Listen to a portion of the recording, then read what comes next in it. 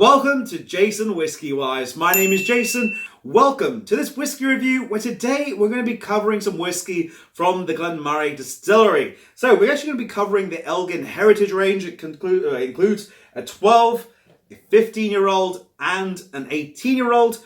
And we're going to cover them here on the channel and give you guys a little bit of insight also into the Glen Moray Distillery. Because one I visited last year, and if you guys don't follow me on my Instagram, Twitter, or my Facebook, be sure to go and do so.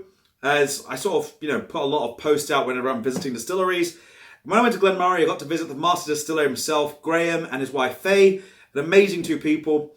And we got to try, I'd say a few, but it was actually like 9 whiskies. So it was really awesome. And I've actually got a lot of other ones over there from Glen Moray, which I will be reviewing very soon. I picked them up from Drinks by the Dram. I picked up the whole Elgin Classic range and, a few other different things. So let's get started into the 12-year-old. Part of the Elgin Heritage range, which is a 12, 15, and an 18-year-old.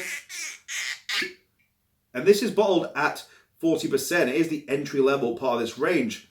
Now, the actual cask maturation for this one, it states it right over here. It says American Oak Cask. So all this is matured in American oak. The distillery is the Glen Moray Distillery. They're owned by a parent company called La Martinique something. I can never pronounce that last bit. Too much of a tongue twister for me. But if you guys know how to pronounce that, do let me know in the comments. And in terms of the actual region, it is in the Speyside region of Scotland. So, time for the price point. This is £35 here in the UK. Fantastic value for an entry-level dram, especially a 12-year-old whiskey as well. And in terms of exclusivity, it's not exclusive. It is part of their core range. So, without further ado, I love the nose on this one. Let's jump straight into the nosing of this whiskey, into the nose. So starting us out on the nose of this whiskey, it's got a nice set of these, almost like, to me, I'd say it's orchard fruits, like apples and pears. For me, it's like these golden green, whoa, Mr. Bananas, blimey. He's going there and sharing that Christmas spirit and his Christmas hat, which I stitched him this morning, which was quite interesting. But starting out, it's like these golden green apples, green pears, and like green conference pears. It's got this nice sweeter cereal note as well.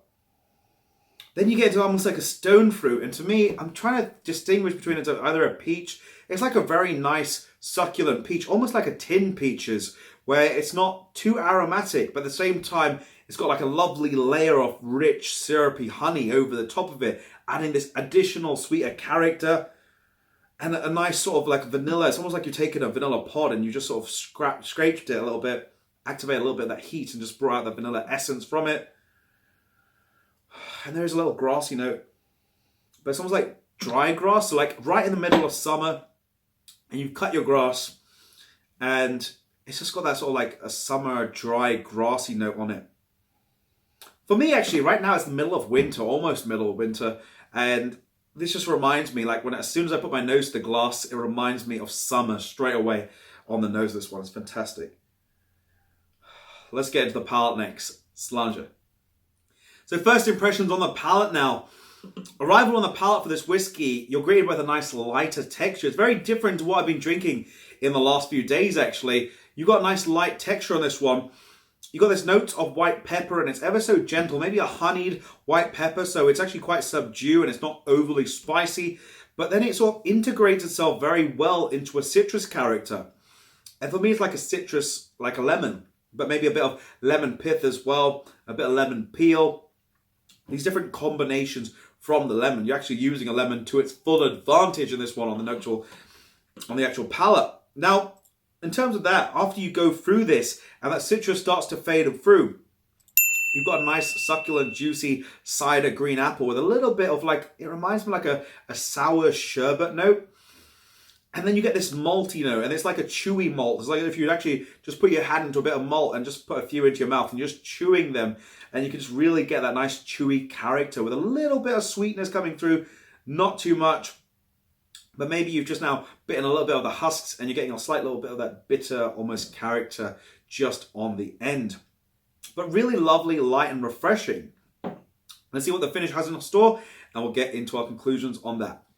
So to conclude with this whiskey on the Glen Moray 12, overall opinions on the finish. The finish for this one has a nice medium length of the finish, where you've got these notes of peaches, those green apples, but now those green apples are no longer juicy and succulent, but they've turned into dried green apples. It's very interesting how this one's got a lovely curve, almost how it goes from succulent now into dried fruits almost.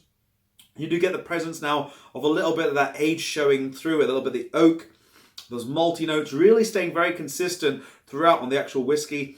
And it ends with a lovely sweeter note, which reminds me of something when I was younger.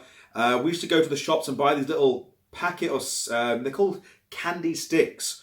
And they're literally like, it looks like icing sugar, but in the shape of like a stick.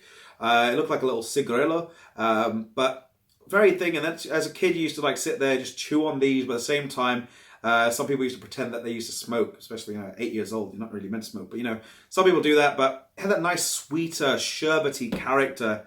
Maybe not sherbet, but like icing sugar character, which is just holding there. And it's just so, so nice. This whiskey, if I had to describe it all in all, I'd have to say this has got a lovely, fresh approach to it. Those apple, that grassy note, especially that citrus coming through. And at the same time, very nice and fruity, but overall, this is a summery dram. This is something that if you don't want to be drinking, say for example, the Christmas periods now, everyone's going to be trying to drink heavier whiskies. I think the Glen Moray 12 would go very well as a nice lighter style of whiskey because it's just very different, very refreshing, especially when it's cold. You want something a little bit more refreshing, and this would go very, very well. Things is, in terms of the actual money value, is it worth it for £35? Yes. Is it? Does it need water? Does it need time? Now, personally, when playing with this one, because I've got a bottle, in terms of this one, I try to dram and I put a few drops of water. A few drops of water actually just allow it to breathe a little bit more. And that slightly bitter character that I found, that with that maltiness on the actual palate actually fell off completely. So it was a lot more, a bit more of that dram that you'd go a little bit more to. In terms of does it need time, the more time you give this one, the more it will just keep breathing in the glass and it will give you much more. So in terms of my rating for this one, I am giving this one over here an 85 out of 100. Mr. Bananas like this one. That's why he sat next to it. I really like this one. This is something that I'd go to a lot more because it's a 12-year-old whiskey that I feel needs to get some appreciation as well. And that light style is just something very refreshing. So that's going to be it for this video. Let me know your thoughts down below in the comment section if you had a chance to try this one. And also, I'm going to wrap the video at that. I'll leave some other Glen Moray videos on screen when they're uploaded. And also, be sure to drop the video a like. Be sure to hit the subscribe button. And I'll catch you all for the next video. I want to say thank you to all. And Slàinte.